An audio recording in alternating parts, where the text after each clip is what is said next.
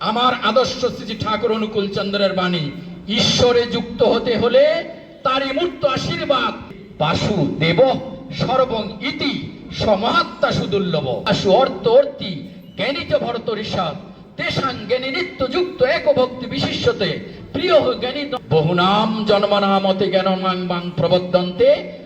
পূরণ পুরুষ আসেন তখনই পাপী পরিত্রাণ পায়।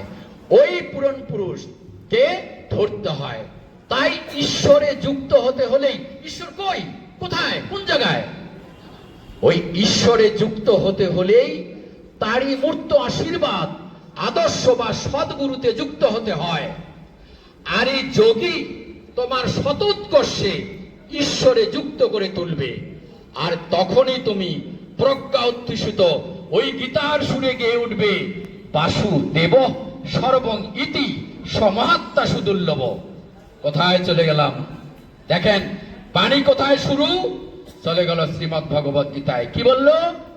চতুর্বিধা ভজন্তে মাঙ্গজনা সুকৃতি অর্জুন আর্ত জিজ্ঞাসু অর্থ অর্থি জ্ঞানীতে ভরত ঋষাদ তেষাং জ্ঞানী নিত্য যুক্ত এক ভক্তি বিশিষ্যতে প্রিয় জ্ঞানীত অর্থাত্তাম সচ মম প্রিয় উদারাহ সর্ব এব এতে জ্ঞানীত আত্মা এব মেমতম আস্থিত হি যুক্ত আত্মা মামব অনুত্তমাং গতিম বহুনাম জন্মনামতে জ্ঞানমাং বাং প্রবর্তন্তে বাসুদেব সর্বং ইতি সমাত্মা সুদুর্লভ। শ্রীমদ্ ভগবদ গীতার জ্ঞানযোগের 4টা বাণী আর আমার আদর্শ শ্রী ঠাকুর অনুকূল চন্দ্রের বাণী। ঈশ্বরে যুক্ত হতে হলে তারই মূর্ত আশীর্বাদ আদর্শ বা সদ্গুরুতে যুক্ত হতে হয়। কেন?